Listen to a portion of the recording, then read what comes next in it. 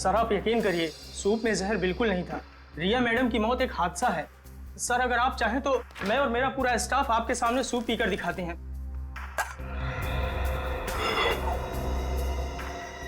मैं आप लोगों को एक आखिरी मौका देता हूँ, सच बताओ, हाँ? क्या सूप में जहर था? नहीं साहब, सूप में जहर नहीं था। सब सूप मैंने ही बनाया था सर। जब से ये रिसोर्ट शुरू हुआ है तब से मैं यहाँ काम कर रहा हूँ सर। कभी भी किसी भी गेस्ट के साथ ऐसा हादसा नहीं हुआ सर। फिर मैं किसी गेस्ट को क्यों मारूंगा सर? सर अंदर कोई जहरीली चीज नहीं मिली। आप सब लोग एक बात कान खोल के सुन लो। अगर आप में से किसी ने भी कोई चालाकी की, किसी भी चीज को हिलाने की या मिटाने की कोशिश की, तो माफी मांगने के लायक नहीं रहोगे, समझे?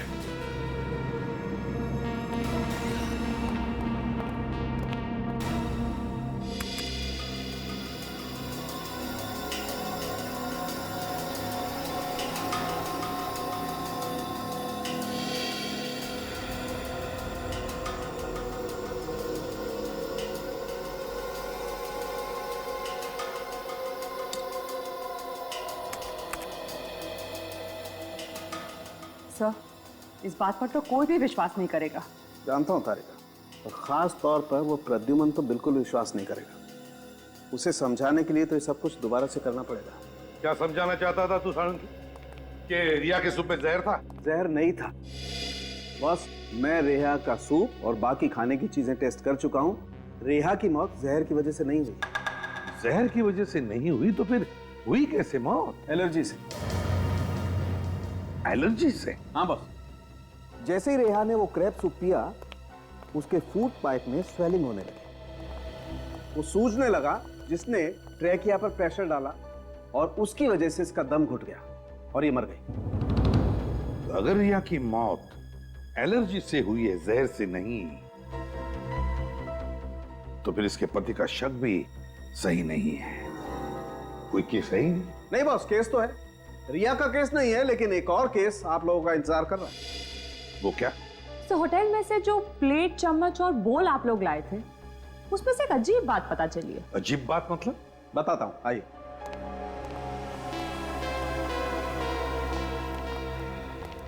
बॉस, ये चम्मच सेरेमिक का है और सेरेमिक 3000 डिग्री सेल्सियस पे पिघलने लगता है।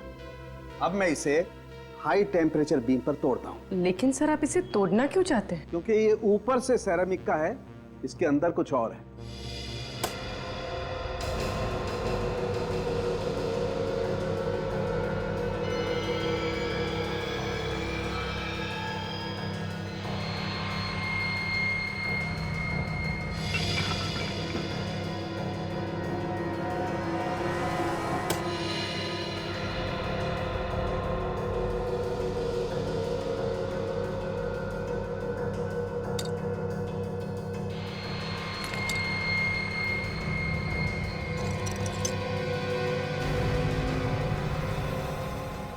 यार साळुंखे, ये तो हड्डी है। हाँ बॉस, ये एक हड्डी ही है। और चौंकाने वाली बात यह है कि किसी जानवर की हड्डी नहीं है, बल्कि ये एक इंसान की हड्डी है। क्या? इंसान की हड्डी? हाँ, किसी इंसान की पेल्विक बोन को काटकर उस पर सेरेमिक कोटिंग की गई है। लेकिन ये कैसे हो सकता है सर? हो सकता है, मैं बताता हूं। बॉस, हजारों साल पहले भी लोगों ने इंसान की हड्डियों से क्रॉकरी बनाई है।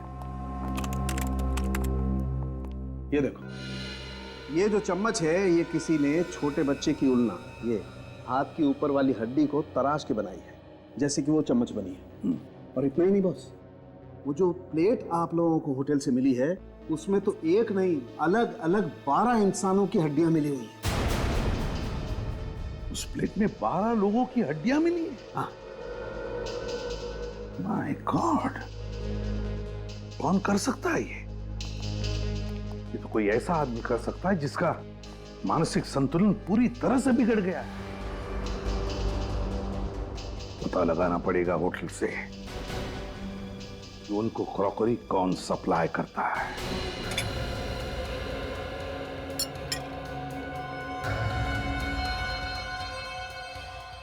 क्या सर, ये क्या बोल रहे हैं? इंसानों की हड्डियों से बने हुए बर्तन? हाँ, और ये सारे बर्तन हम ले जा रहे हैं ताकि चेक करके देख सके ये भी वैसे ही इंसानों की हड्डियों से बने हैं या नहीं। और अगर सब के सब जेल की हवा नहीं खाना चाहते हो तो जल्दी से बताओ, ये इंसानी हड्डियों से बनी क्रॉकरी इस रिसोर्ट में कहां से आई है? सर हम तो बावर्ची हैं, सामान खरीदने और पसंद करने की जिम्मेदारी तो मैनेजर साहब की है। नहीं सर, मैंने ये क्रॉकरी बिल्कुल पसंद नहीं की सर। सर आज एक सेल्समैन आया था सर, उसने ये सैंपल के तौर पर दिया। सर महंगाई कितनी बढ़ गई है, इतने बड़े रेस्टोरेंट में भी क्रॉकरी का बजट नहीं है, सैंपल से काम चला रहे हैं। ये सैंपल की क्या कहानी है? हाँ सर, आज सुबह एक सेल्समैन आया था, उसने ये सैंपल दिखाते हुए कहा कि अगर ये क्रॉकरी सबको पसंद आ जाए तो इसे होलसेल में ऑर्डर कर देना। कुछ बताया उसने? किस कंपनी से आया था वो? हाँ, मैंने उससे कंपनी का नाम पूछा था तो उसने बताया कि उसके बॉस की कोई बहुत बड़ी कंपनी नहीं है, वो लोग कुछ हस्तकला का उनका छोटा मोटा कारोबार है। अगर उसे होलसेल में ऑर्डर की उम्मीद थी तो उसने अपना नाम, पता या फोन नंबर तो दिया ही होगा ना? हाँ सर, उसने अपना नाम धवल बताया था सर, और नंबर भी दिया है।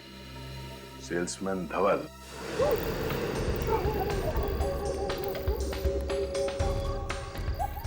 सर ये रहा धवल का घर, मोबाइल कंपनी वालों ने यही एड्रेस बताया था।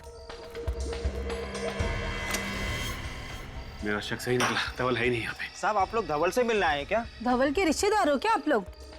जी नहीं, हम लोग सीआईडी से। बाबा रे बाबा, सीआईडी से? देखा, मुझे मालूम था कि वो एक नंबर का लफड़ेबाज है।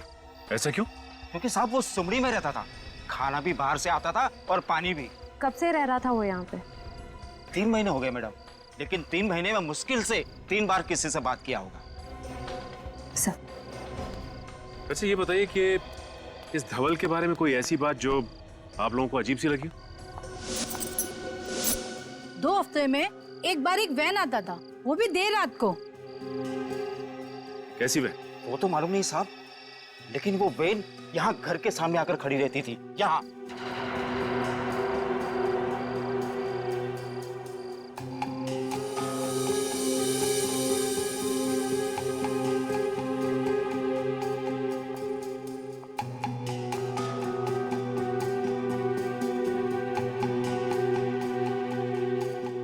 धवल और दूसरा आदमी उसमें से बड़ा बड़ा कार्टून निकाल के घर के अंदर ले जाता था। ठीक है, अगर आप लोगों की जरूरत पड़ेगी तो हम बुलाएंगे, आप लोग यहीं रुकिए। जी। क्या हो श्रेया, कुछ मिला क्या? सर ये देखिए, शायद धवल की फोटो है ये। धवल की फोटो? इस फोटो को देखिए, क्या यही धवल है? हाँ साहब, यही धवल है।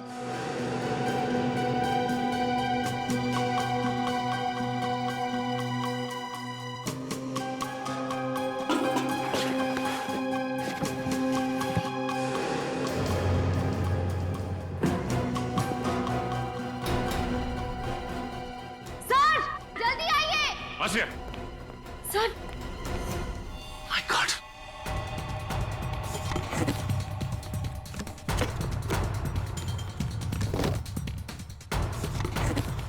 Oh no!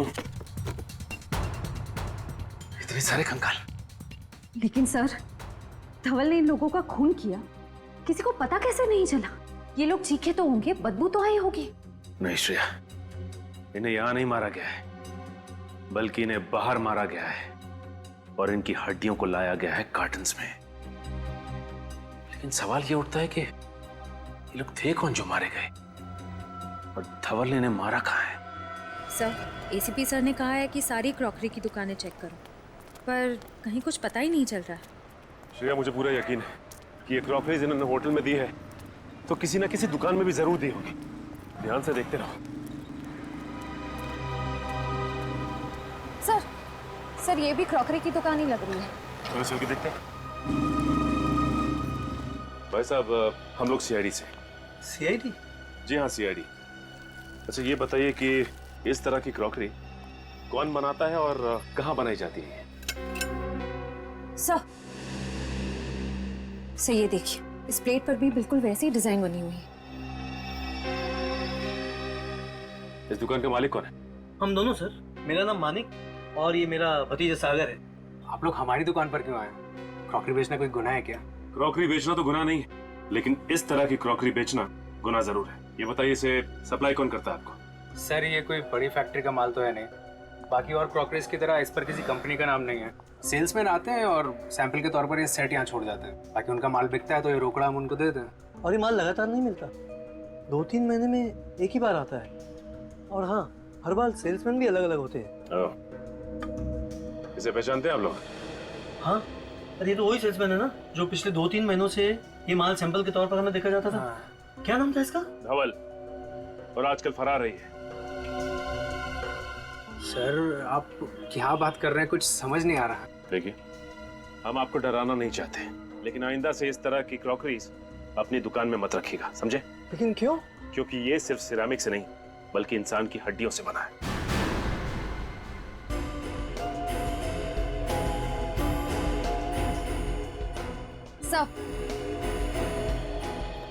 सर ये देखिए, वैसी ही प्लेट है और वैसा ही बोल है।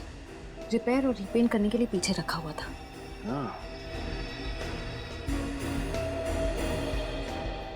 भाई साहब, इसे रिपेयर और रीपेंट आप किससे और कैसे करवाते हो?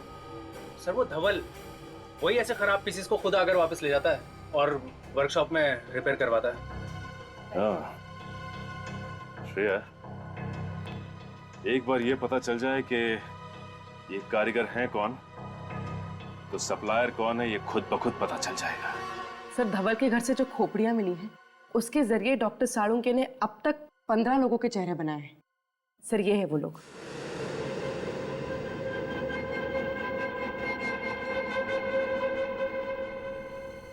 सर ये सारे लोग लावारिस हैं और इनका कोई भी रिकॉर्ड हमारे पास नहीं।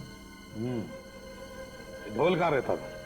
सर दहीसर के पास किसी रजाना गांव में। दहीसर के पास किसी रजाना गांव में? इस रजाना गांव के पास तो कोई मुर्दाघर है, और ये जो कोई भी ये सब कर रहा है तो जरूर कहीं ज्यादा दूर नहीं जाएगा लाशों के लिए। रजाना गांव के पास के मुर्दाघर से ही लाशें उठाई होंगी उसने। पता लगाओ इस मुर्दाघर से। उस समय से मुझे ऐसा लग रहा था कि मुर्दाघर से कुछ लाशें कम हुई है, लेकिन जब आपने कंकाल की मदद से बने हुए चेहरे दिखाए तब मुझे यकीन हुआ। आप यहाँ के एडमिनिस्ट्रेटर हैं, आपके नाक के नीचे लाशें गायब हो रही हैं, आपको पता नहीं चल रहा है? मुझे अपने स्टाफ पर जरूरत से ज्यादा विश्वास था, तो गलती मेरी है सर। ये मैं देख के भाग क्यों गया? पता नहीं। हमारे बारे में से कुछ बताया था क्या? सिर्फ इतना है कि सीआईडी गायब लाशों की इंक्वायरी कर रही है। दरवाजा खोलो। देखो तुम बच के जा नहीं सकते, खोलो दरवाजा।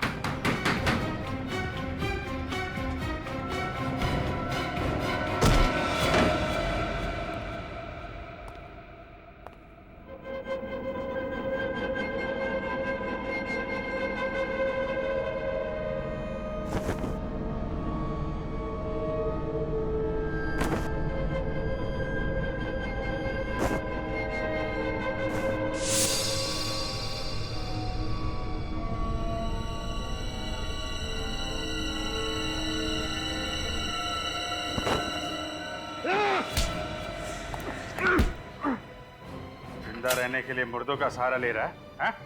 छोड़ दो मुझे, जाने दो। कहाँ जाएगा? तुझे तेरी मंजिल तक तो हम लेकर जाएंगे। लाशों की चोरी करता है। ये करता था लाशों की चोरी? हाँ, और ये मत पूछना कि लाशों के साथ ये क्या करता था। ले चलो इसे। कुछ साबित नहीं कर पाओगे इंस्पेक्टर, कुछ भी नहीं।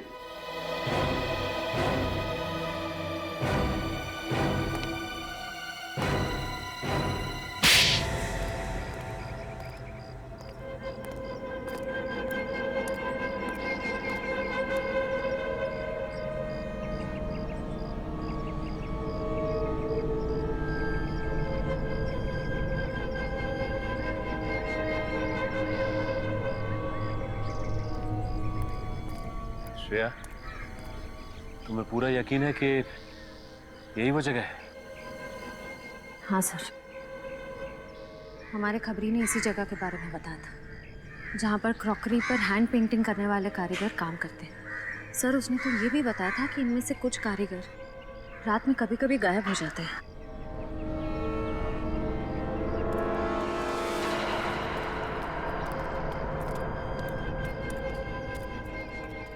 जी कहिए। हमें क्रॉकरी पे। देखिए मैम, हम क्रॉकरी नहीं बेचते, आपको शायद कुछ गलतफहमी हुई मैम। हम लोग तो बस यहाँ के कारीगर हैं और इसमें पेंटिंग करते हैं। हमें भी ऐसे कारीगर की तलाश है जो इस तरह की पेंटिंग कर सके। ये देखिए,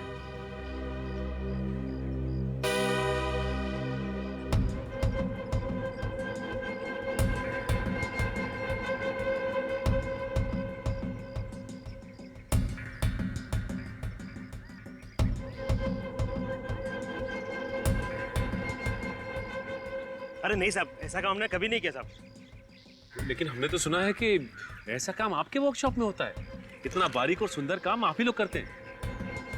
देखिए, आप ये काम करेंगे तो हम आपको पैसे देंगे।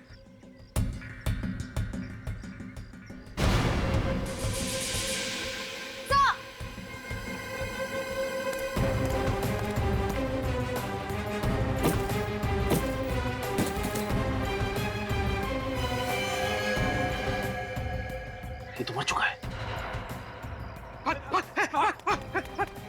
रुक जाओ, गोली मार दूंगा मैं।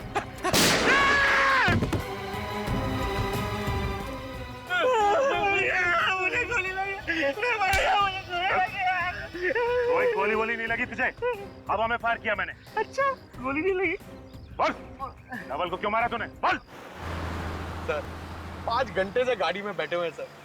Ceramic crockery, ceramic flower vase, ceramic show piece, ऐसी छोटी मोटी फैक्ट्रीज और वर्कशॉप में जा जाके हम लोग ने पूछताछ कर ली सर, कुछ नहीं मिला सर, और कुछ भी नहीं मिलेगा सर। तुम तो ऐसे बात कर रहे हो जैसे हम सीआईडी में सीआईडी वालों की मदद करने के लिए आए हैं।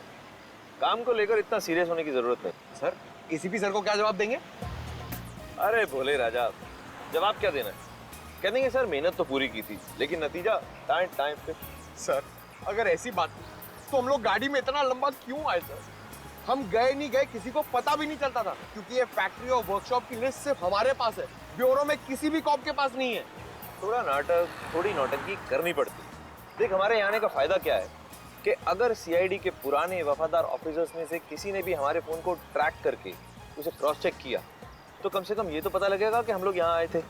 कितने स्मार्ट है सर आप। कोई नया डायलॉग बोल। अच्छा, एक फैक्ट्री है ये 1978 से बंद पड़ी हुई है। वहाँ मिट्टी के बर्तन बनते थे, चल के वो भी देख लेते हैं।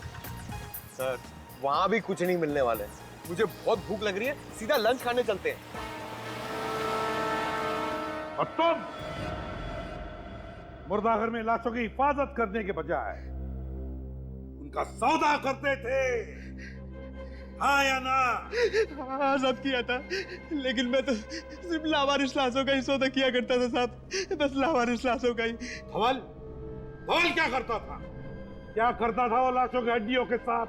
सर उसने बताया, मेरा एक बॉस है, वो इस हड्डियों से दुनिया की सबसे बेहतरीन क्रॉकरी बनाना चाहता है साहब, दुनिया की सबसे बड़ी बेहतरीन। कौन है धवल का बॉस?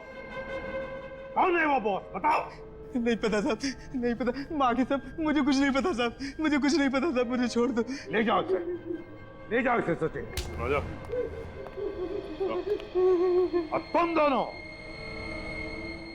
धवल का खून क्यों किया? हमने खून नहीं किया साहब। साहब, हमने कुछ नहीं किया साहब, हमने कुछ नहीं किया तो फिर भाग्य क्यों मारा? साहब, हम अपना काम कर रहे थे साहब, धवल जी तो गुंडों के साथ आए और कहा कि सीआईडी आ रही है, वो डर के भागने की कोशिश मत करना, नहीं तो सीआईडी वालों को शक हो जाएगा साहब। साहब, पता नहीं अचानक क्या हो गया, धवल जी वहीं पे गिर गए साहब, और साहब गिरते वो मर गए साहब। चुप! बताओ, तुम्हें मालूम था ना कि वो क्रॉकरी इंसानी हड्डियों से बनती थी? हाँ साहब, हम गरीब आदमी है साहब, हमें क्रॉकरी पेंट करने का 20,000 रुपया मिलता था साहब। साहब, हम मना नहीं कर सकते साहब, अगर काम करने से कोई मना करते ना साहब उनको भी मार के उनकी हड्डियों की क्रॉकरी बना देते साहब। है कहाँ ये फैक्ट्री? कहाँ है फैक्ट्री? बताओ जल्दी। साहब, गुंडे हमारी आंखों में पट्टी बांध कर ले जाते थे साहब, हम नहीं जानते साहब। आंखों पर पट्टी बांधते थे? तो अभी यहाँ पर अपनी आंखें बंद करो और बताओ कहाँ लेके जाते थे वो? कैसे लेके जाते थे? आंखें बंद। याद करो। वो साहब पनवेल की जरी चौक से हमें कार में बिठाते थे साहब और लोनावाला की तरफ लेके जाते थे साहब।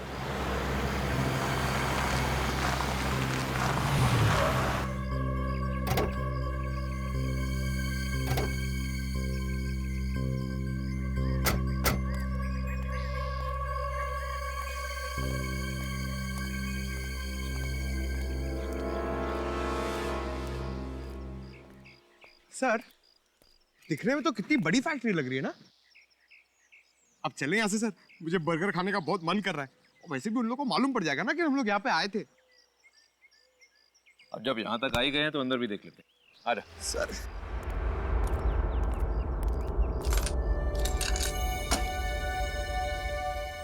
ये फैक्ट्री 1978 से बंद पड़ी है, फिर ये ताला नया कैसे?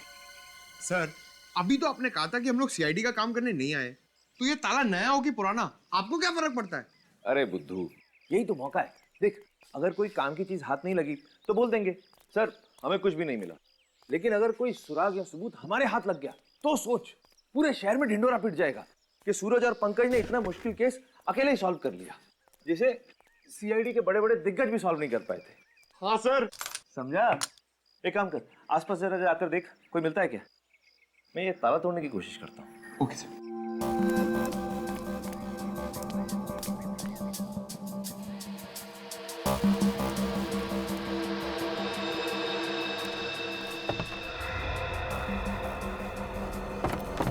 सर,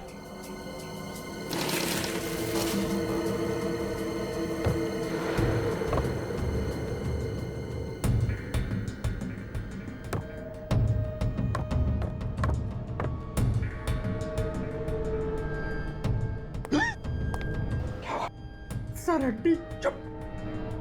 सर, मैं कह रहा हूं अभी भी वक्त है, दया सर और अभिजीत सर को बुला लीजिए। ये जगह बहुत डरावनी सर, मुझे बहुत डर लग रहा है। चुप। ऐसी छोटी मोटी तहकीकात के लिए उन्हें बुलाने की क्या जरूरत है? खुद कुछ नहीं करेंगे क्या? चुपचाप मेरे पीछे आओ, देखिए इस कमरे में है क्या।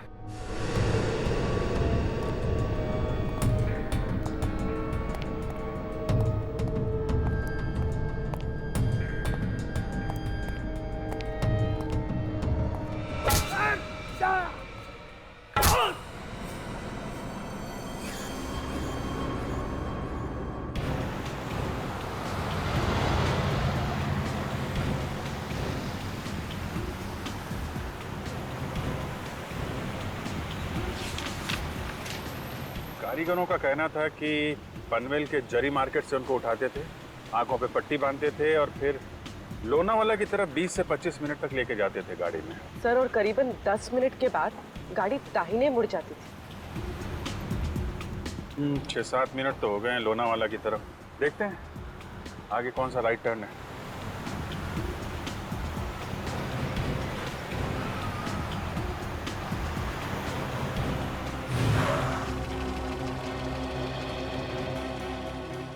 चिरंगी लेन, चिरंगी लेन, यही हो सकता है। इधर ले लो।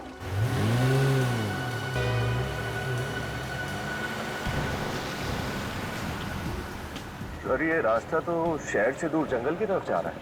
सर, उम्मीद है कि उन कारीगरों का अंदाजा सही होगा।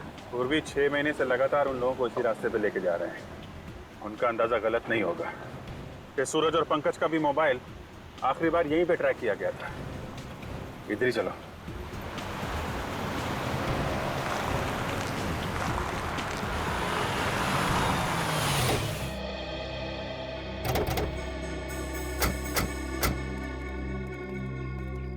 सर, रास्ता बंद है यहाँ पर। करीब 25 मिनट हो भी गए।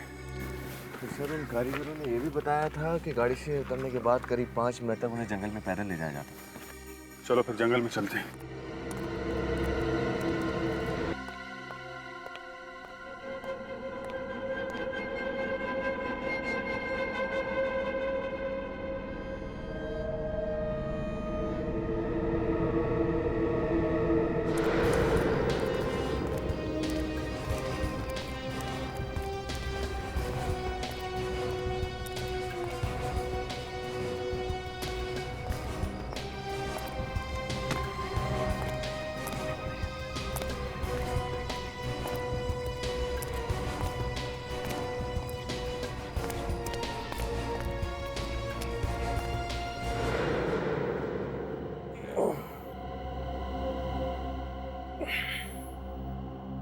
पंकज, पंकज, पंकज, पंकज, उठ। चुप चुप, धीरे बोल, धीरे बोल, धीरे बोल।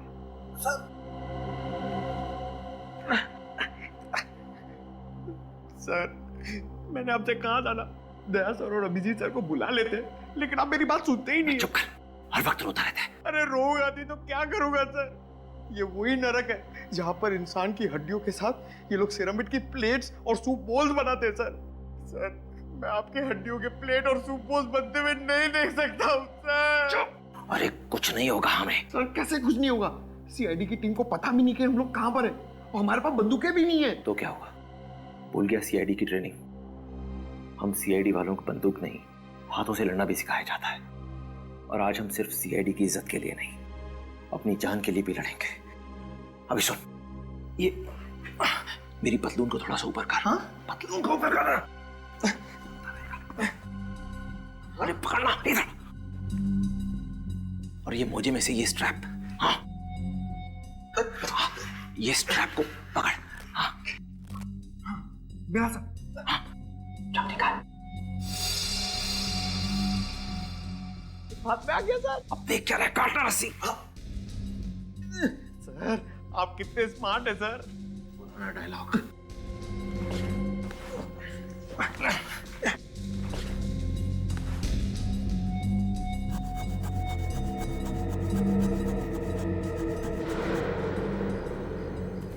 सर, इतने बड़े जंगल में उस जगह को ढूंढना बहुत ही मुश्किल होगा।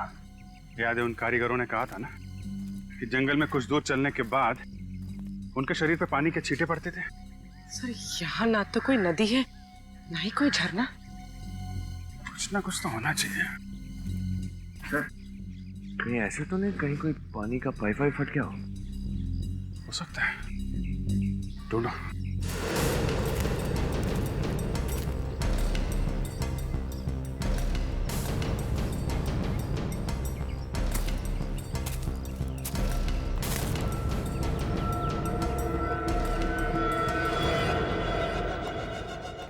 जा रहे शेरा, देख क्या उन दोनों सीआईडी ऑफिसर्स को।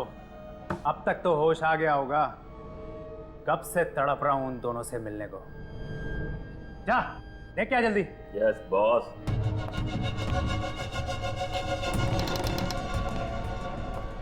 चल।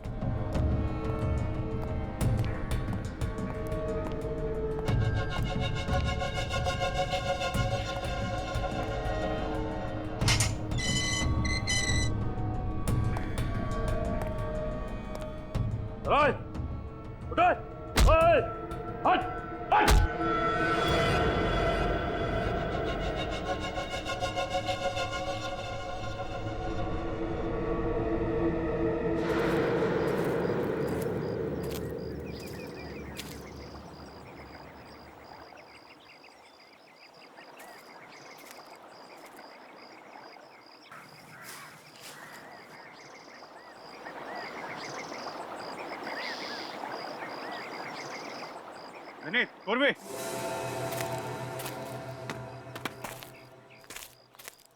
यहाँ अंदर पानी का पाइप जा रहा है।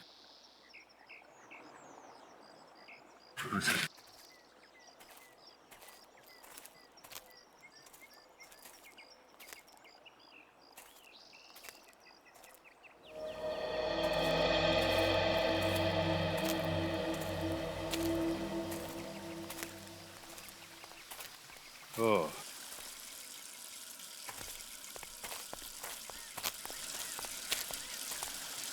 यहाँ पे पानी की पाइप फटी हुई है। तो लगता तो हम सही जगह आ गए। सही करो विनीत, यहीं कहीं आसपास होगी वो जगह। तो ये है वो जगह जहाँ पे सूरज और पंकज को कैद करके रखा है।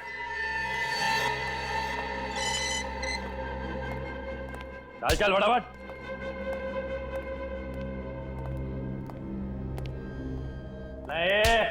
चलो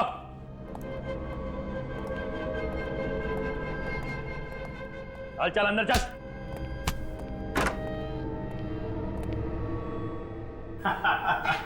आओ मेरे मेहमानों, आओ। अब तक तो तुमने देख लिया होगा ये मेरा छोटा मोटा कारोबार। तुम आप लोग हमारी दुकान पर क्यों आए? क्रॉकरी बेचना कोई गुनाह है क्या? सर, ये वही सागर है जिसकी होलसेल मार्केट में सिरामिक्स की दुकान है। हाँ, सागर, सागर।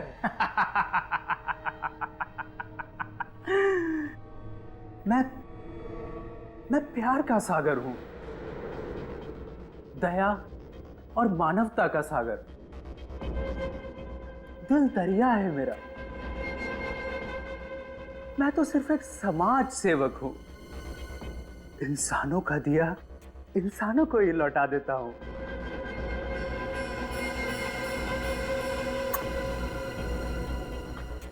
इंसानों की हड्डियां मिट्टी में क्यों मिले?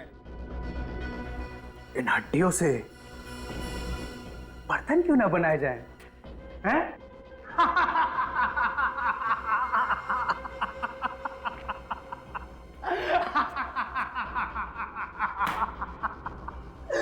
दुनिया की सबसे अनोखी क्रॉकरी बनाता हूं मैं, इंसानों की हड्डियों से बनी हुई क्रॉकरी। और इस बार तो कुछ अनोखा डिजाइन करना होगा, कुछ स्पेशल, जिसमें सीआईडी अफसर्स की हड्डियां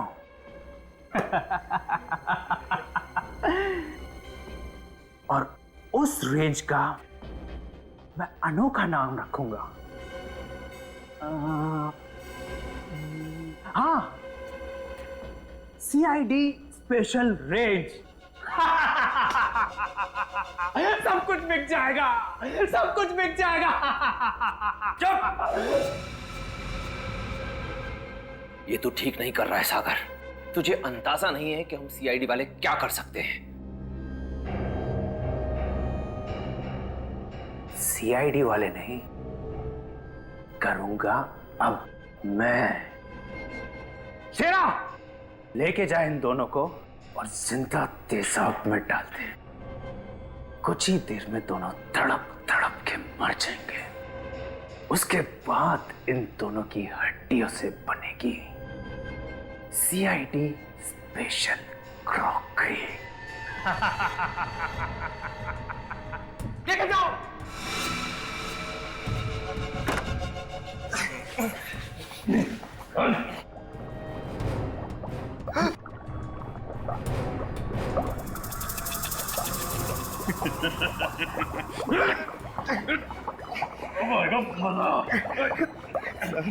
और बर्दाश्त नहीं हो रहा सर।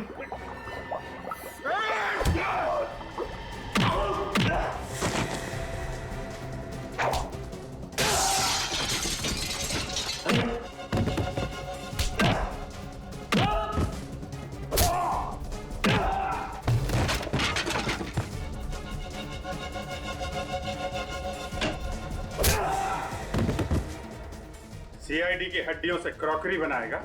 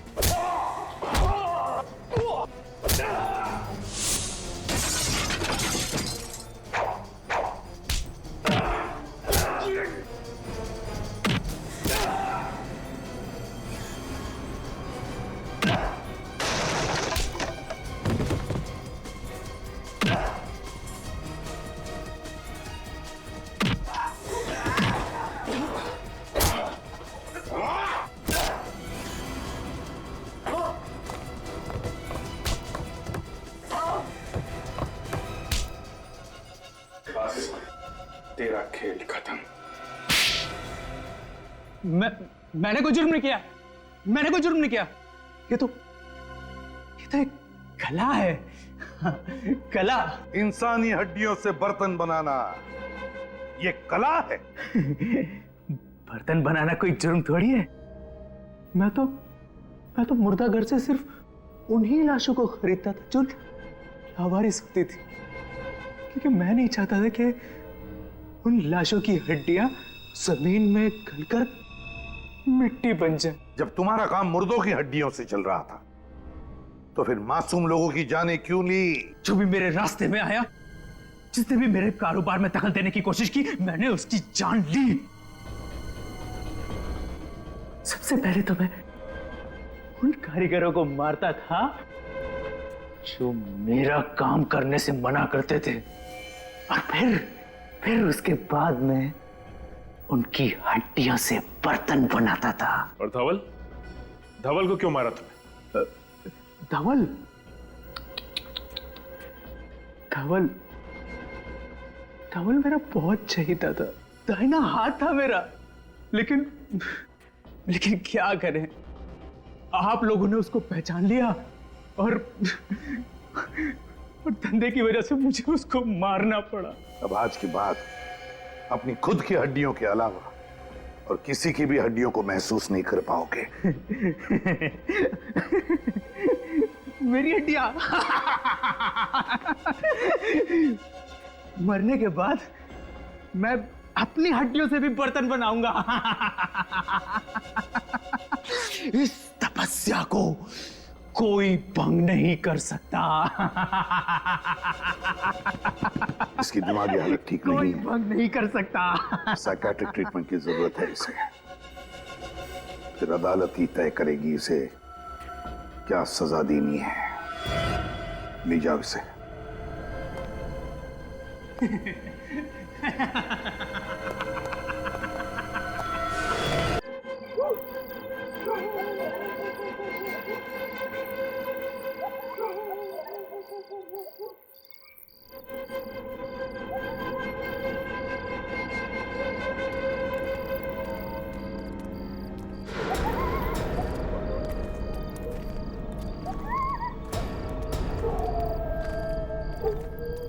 रुक जाओ, अपना अपना मुखौटे खोल दो।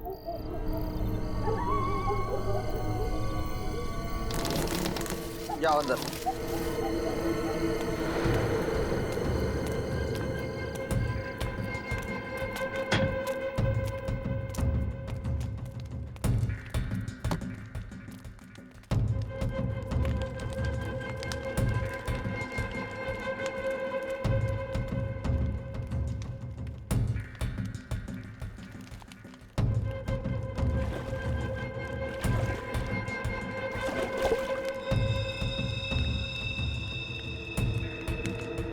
करना है कर लो, लेकिन तुम अब मुझसे अब ये काम नहीं करवा पाओगे।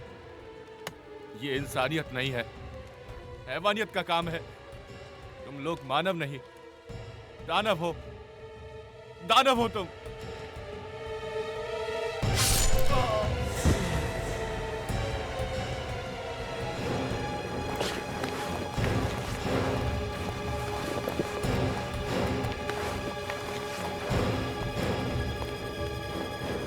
कान खोलकर सुन लो, जो हमारे खिलाफ आवाज उठाएगा उसे हमेशा के लिए सुला देंगे हम।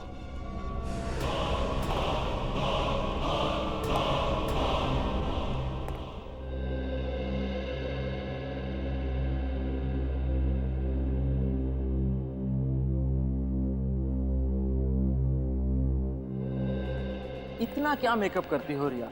कुछ देर और अगर मेकअप कर लेती ना तो आज रेस्टोरेंट बंद हो जाता। ओ कम ऑन जगत, लड़कियां बिना खाने के रह सकती हैं, पर बिना मेकअप के नहीं। एनीवेज, तुम नहीं समझोगे ये सब। अच्छा तुम मेनू देखो, मैं प्लेट लेता हूँ। ओके।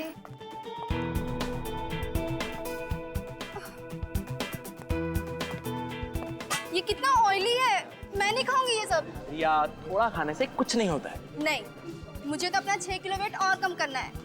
एक काम करती हूँ, मैं सूप ले लेती हूँ। मैडम जी, इतनी डाइटिंग करोगी तो एक दिन हवा में गायब हो जाओगी। ठीक है, तो ये ग्रैब सूप है, वो ले लो। ठीक है? ओके। उफो, यहाँ तो सूप बॉल ही नहीं है। सॉरी मैम, एक मिनट प्लीज। Thank you.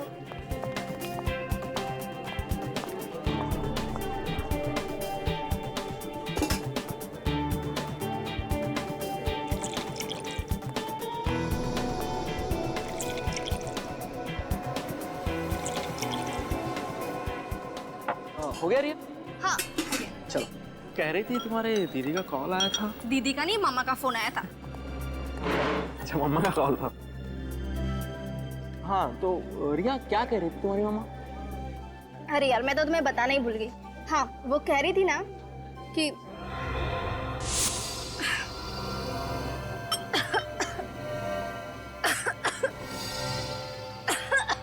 क्या हुआ रिया? कैसा तो लग क्या हुआ रिया? क्या हुआ? क्या हो क्या रहा? रिया, रिया संभालो अपने आप को रिया।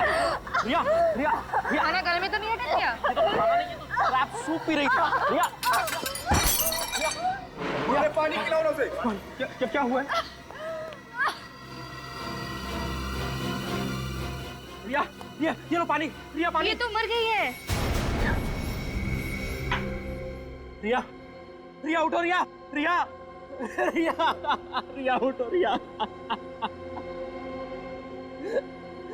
रिया, कौन है इस होटल का मैनेजर? सर मैं हूँ मैनेजर। तुम इस होटल के मैनेजर हो? क्या मिलाया था तुमने सूप में? सर हमने सूप में कुछ नहीं मिलाया था सर। तुम जाकर बावर्ची को बुला कर लाओ जल्दी। बावर्ची को बुलाने की जरूरत नहीं है, अब तो सीआईडी आएगी।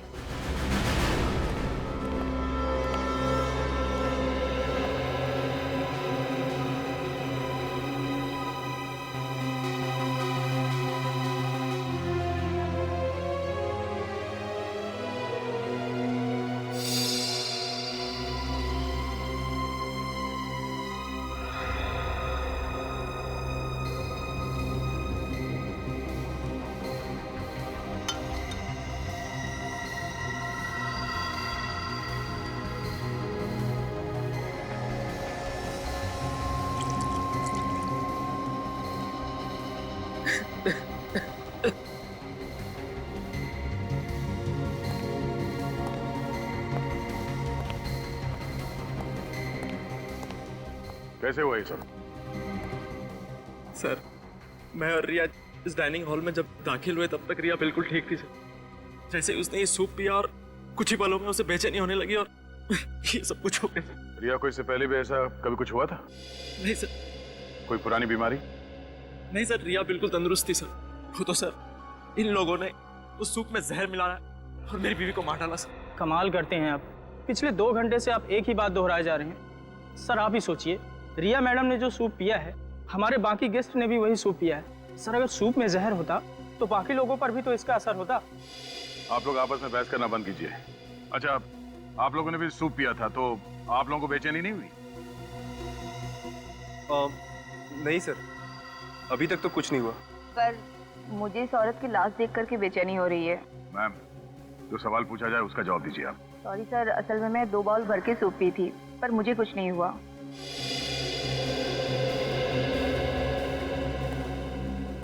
हाँ बुरी, कुछ पता चला? सर पूरी बॉडी अच्छी तरह से चेक कर, बॉडी में जहर का कोई सिम्टम नहीं है सर। कोई सिम्टम नहीं है? कुछ समझ में नहीं आ रहा। इन लोगों ने भी वही सूप पी, तो इन्हें कुछ नहीं हुआ, सब नॉर्मल है। तो आप क्या करें सर? डेड बॉडी को फोरेंसिक भेज दो? तो जिसने ये सूप बनाया उससे मिलते हैं। इस होटल का रसोई घर चेक करते हैं।